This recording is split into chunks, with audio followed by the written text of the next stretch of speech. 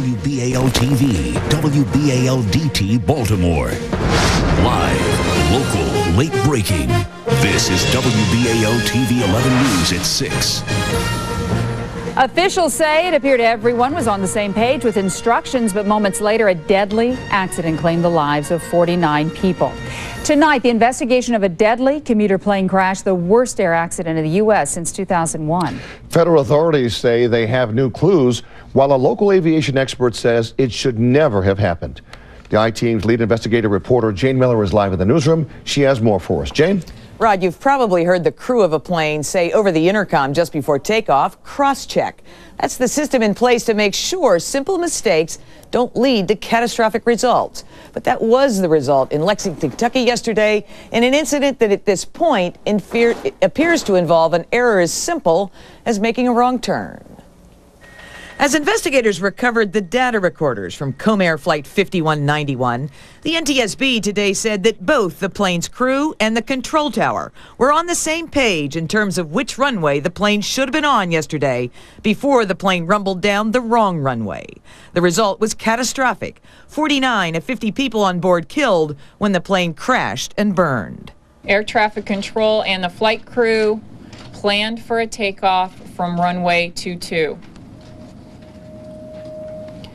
As you know, the FDR and the evidence on scene indicates the crew took off from runway 26.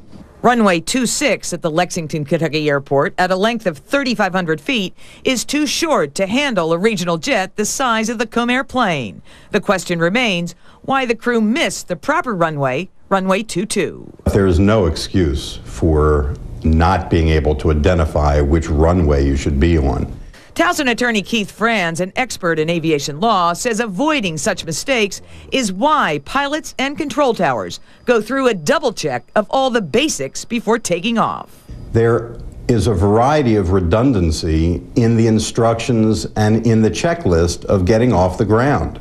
Both pilots have to identify the runway. The tower has to identify that the place is on the proper runway. And unfortunately, none of that appears to have happened here.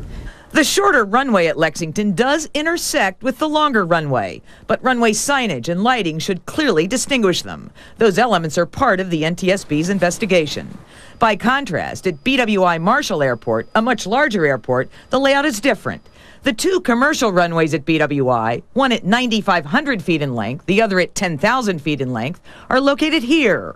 The shorter general aviation runway at 5,000 feet in length is located here, north of the terminal area. There is no intersection at BWI between the runways of different lengths. BWI officials say inspectors check the condition of runways, including lighting and signage, 3 times a day. In Lexington, the taxiway for the big runway was changed slightly last week.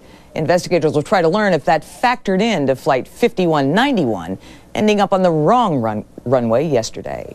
Reporting live from the newsroom tonight, I'm Jane Miller, WBAL TV 11 News. Tonight, prosecutors in Colorado say they will not charge John Carr in the JonBenét